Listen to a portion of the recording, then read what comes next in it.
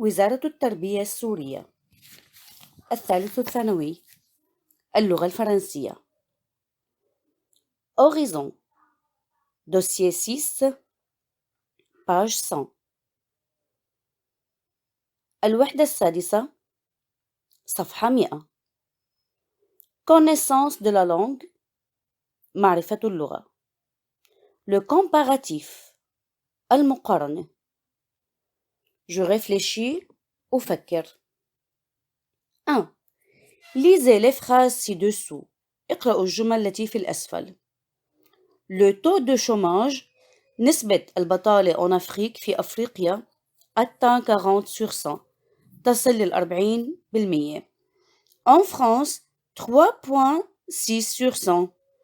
بفرنسا 3.6%. Et en Roumanie وبرومانيا 3.6%. 3.6%. Donc, إذن, on peut dire tout simplement que نستطيع القول ببساطة أن le taux de chômage en Roumanie est aussi élevé qu'en France. نسبة البطالة في رومانيا est aussi élevée. aussi يعني بنفس القدر، يعني مساوية بالارتفاع qu'en France لفرنسا. يعني نسبة البطالة في رومانيا تساوي بالارتفاع النسبة في فرنسا. 2. Le taux de chômage en Afrique est plus élevé qu'en France. نسبة البطالة بأفريقيا أكثر أكثر élevé ارتفاعاً qu'en France من فرنسا. 3. Le taux de chômage en France est moins élevé qu'en Afrique. مستوى البطالة بفرنسا est moins أقل élevé ارتفاعاً qu'en Afrique من أفريقيا. 2. السؤال الثاني. Parmi les adverbes soulignés بين الظروف المشار إليها lequel exprime chacun des valeurs suivantes. أي منهم يعبر عن كل من القيم التالية. 1. A. La supériorité. الأفضلية يعني الزائد. B. L'infériorité. الأقلية يعني الناقص.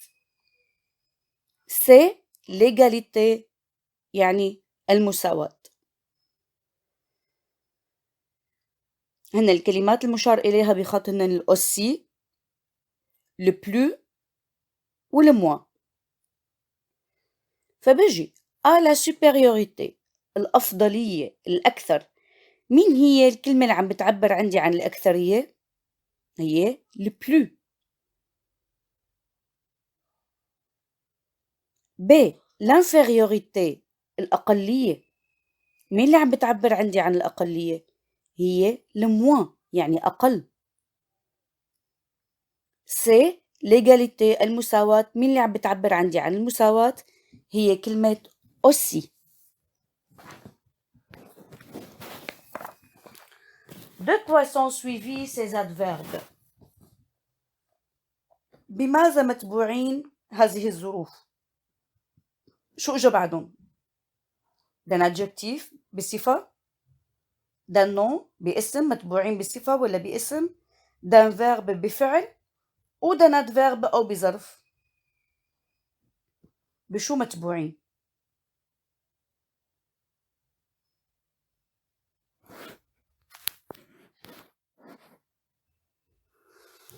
متبوعة suivi d'un adjectif. متبوعة بصفة. 4. De quoi sont suivis ces adjectifs؟ هذه الصفات بماذا متبوعة؟ ماذا يتبع هذه الصفات؟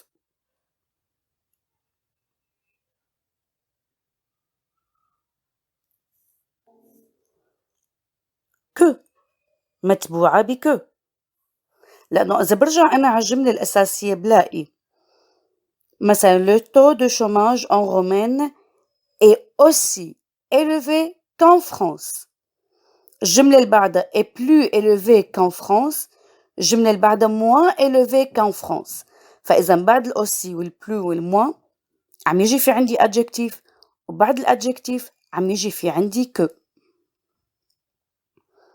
Je comprends. أفهم. Le comparatif المقارنة sert à comparer un ou plusieurs éléments avec un ou plusieurs autres. المقارنة تخدم بمقارنة عنصر أو أكثر مع عنصر أو أكثر آخرين. يعني أنا عم قارن شغلتين ببعض أو كذا شغلة مع بعضها. هي المقارنة. بدي أشوف شغلتين أو عنصرين هل هن متكافئين؟ مين أكثر من مين؟ مين أقل من مين؟ مثال تاني بكل بساطة سامي est plus grand que رامي. سامي أطول من رامي أو أكبر من رامي. داكور؟ فإذن هي مقارنة بأي شيء. Les différents comparatifs المقارنات المختلفة. Le comparatif de supériorité المقارنة الأكثرية. Il est formé تتشكل من الأدفيرب plus زائد adjectif زائد que. Exemple مثال l'économie allemande الاقتصاد الألماني est plus forte que هو أكثر قوة من l'économie française من الاقتصاد الفرنسي. الحالة الثانية le comparatif d'égalité مقارنة التساوي. Il est formé مشكل من الأدفيرب aussi زائد adjectif زائد que. Exemple l'économie française الاقتصاد الفرنسي est aussi forte que هو قوي مثل l'économie belge مثل الاقتصاد البلجيكي. هو بنفس قوة الاقتصاد البلجيكي. الحالة الثالثة le comparatif d'infériorité مقارنة الأقلية. Il est formé de l'adverbe moins مشكلة من الأدفيرب moins زائد adjectif زائد que. Exemple l'économie française est moins forte que l'économie allemande. الاقتصاد الفرنسي أقل قوة من الاقتصاد الألماني. Note bien, ملاحظة. Le comparatif peut porter sur un nom ou un verbe. المقارنة يمكن أن تحصل على اسم أو على فعل. Exemple en 2020 بال2020 la France compterait autant de chômeurs que la Belgique. بال2020 فرنسا صارت تحتوي على بطالة مثل autant de chômeurs que la Belgique بنفس مستوى البطالة الموجود ببلجيك. المثال الثاني le nombre de chômeurs augmente autant en France qu'en Belgique. مستوى البطالة عدد العاطلين عن العمل يزداد بنفس السوية بفرنسا كما في بلجيك. فإذا مرة قام عندي على فعل ومرة قام عندي على اسم. إذا le nombre de chômeurs augmente هون عم بيصير عندي على الفعل فعل augmente. بينما بالحالة اللي قبلها deux chômeurs autant de chômeurs كان على اسم. Je m'exerce. أتمرن. 1. D'après cette statistique qui indique le taux de chômage من خلال هذا المخطط البياني الذي يبين أو يشير إلى مستوى البطالة مونديال العالمي entre 2007 et 2016 بين 2007 وال 2016 précisez حددوا si les affirmations qui suivent إذا كانت التأكيدات التي تتبع sont vraies ou fausses إذا كانت صحيحة أو خاطئة. رح بقرأ أنا أول شي المخطط البياني وبعدين نحن رح نشوف المعلومات اللي عم يحكوا عنها. لو تو دو شوماج مستوى البطالة بال 2007 بال 2007 كان 5.5 sur 100 5.5%. بال 2008 5.6 sur 100 كان 5.6%. بال 2009 6.2 sur 100 6.2%. 2011 5.9 sur 100 5.9%. بال 2013 بلجيكي. الحالة الثالثة le comparatif d'infériorité مقارنة الأقلية il est formé de l'adverbe moins مشكلة من الadverbe moins زائد adjectif زائد que. Exemple, l'économie française est moins forte que l'économie allemande. الاقتصاد الفرنسي أقل قوة من الاقتصاد الألماني. Note bien, ملاحظة. Le comparatif peut porter sur un nom ou un verbe. المقارنة يمكن أن تحصل على اسم أو على فعل. Exemple, en 2020 بال 2020 la France compterait autant de chômeurs que la Belgique.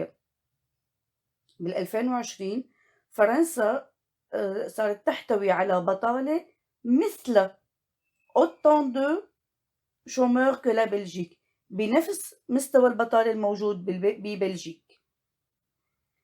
المثال الثاني le nombre de chômeurs augmente autant en France qu'en Belgique. مستوى البطالة عدد العاطلين عن العمل يزداد بنفس السوية بفرنسا كما في بلجيك. فإذا مرة قام عندي على فعل ومرة قام عندي على اسم. إذا le nombre de chômeurs augmente هون عم بيصير عندي على الفعل فعل augmente. بينما بالحالة الأولى deux chômeurs autant de chômeurs كان على اسم. Je m'exerce. أتمرن. 1.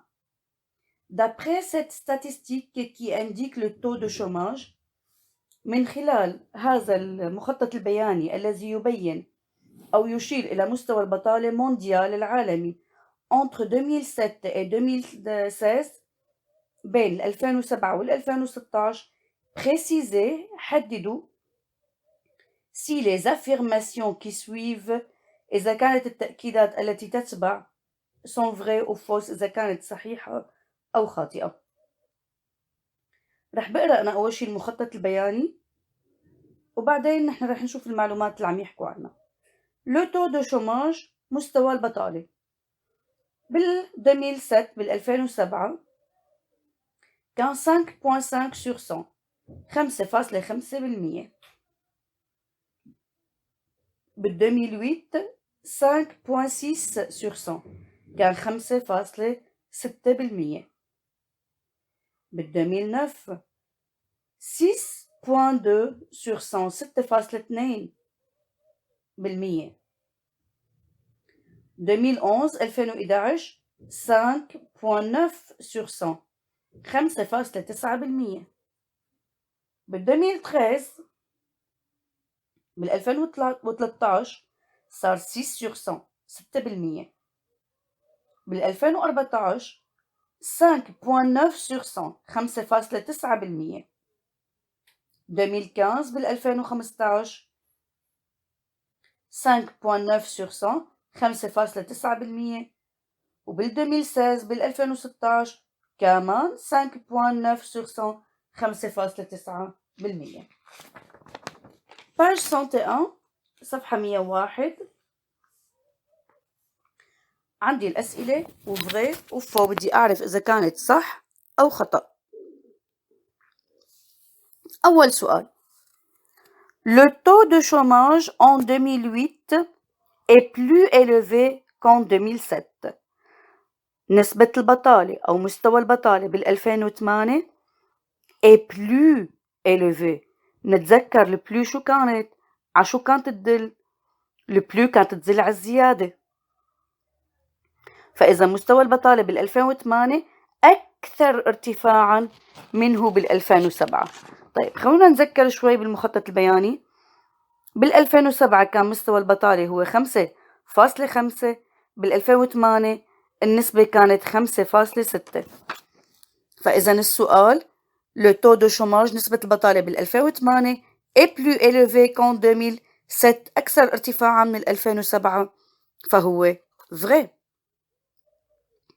2. Le taux de chômage en 2013 مستوى البطالة بال2013 est moins élevé qu'en 2014، هو أقل ارتفاعا منه بال2014. نرجع للمخطط. بال2013 كان 6/100، كان 6%. بال2014 كان 5.9/100، 5.9%. فهن عم بيقولوا لي بال2013 كان moins élevé، أقل ارتفاعا من 2014، وهذا بالتالي faux. 3. Le taux de chômage en 2016 مستوى البطالة بال2016 est aussi élevé، هو مساوي للارتفاع بال2011. يعني نسبة البطالة بال2016 هي نفسها ذاتها بال2011. نرجع للمخطط ومنشوف. بال2011 كان 5.9، وبال2016 كان 5.9، وإذا بالتالي vrai. 4. Le taux de chômage en 2009 مستوى البطالة، نسبة البطالة بال2009 est plus élevé qu'en 2008، أكثر ارتفاعا منها بال2008. نرجع للمخطط. بال2009 بال2009 كان 6.2/100، 6.2%. بال2008 كان 5.6/100، 5.6%. وإذا بالتالي vrai. آخر وحدة: Le taux de chômage en 2015 معدل البطالة ب2015 est plus élevé qu'en 2016، أكثر ارتفاعا منه بال2016، هو faux.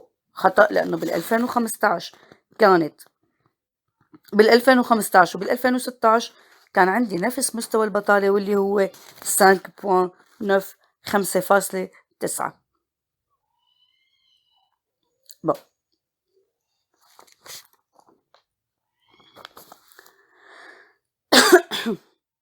نكفاين مع قاعدة تانية. Le superlatif التفضيل. Je réfléchis أفكر. Lisez les phrases suivantes. اقرأوا الجمل التالية. Le chômage en Afrique البطالة بأفريقيا atteint 45%، وصلت بلغت 45%. Donc le taux de chômage en Afrique est très élevé. فإذا نسبة البطالة بأفريقيا جدا مرتفعة. très كتير.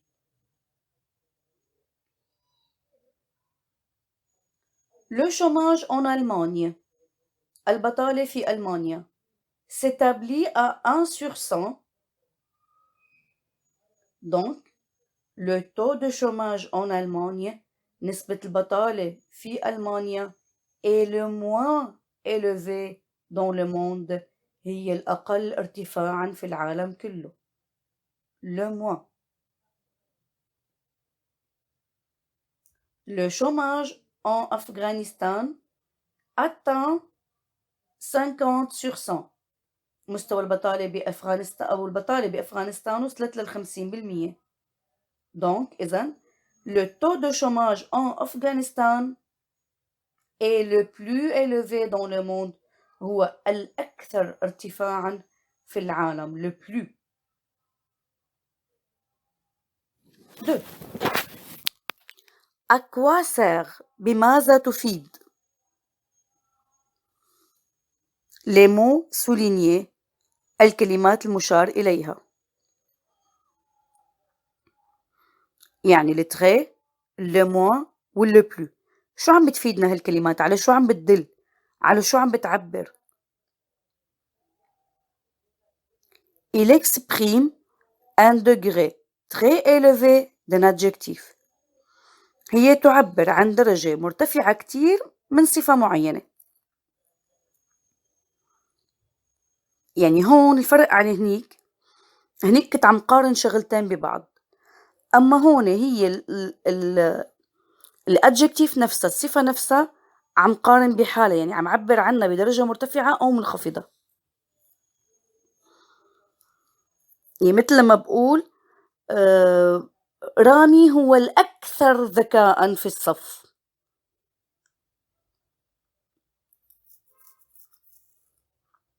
3. Qu'exprime-t-il par rapport à l'adjectif élevé؟ ماذا تعبر بحسب علاقتها بالadjectif élevé بصفة المرتفع. Il exprime un superlatif absolu. تعبر عن تفضيل مطلق. Un superlatif d'infériorité تفضيل بالأقلية et un superlatif de supériorité أو عن تفضيل بالأكثرية، يا أما الأكثر يا أما الأقل.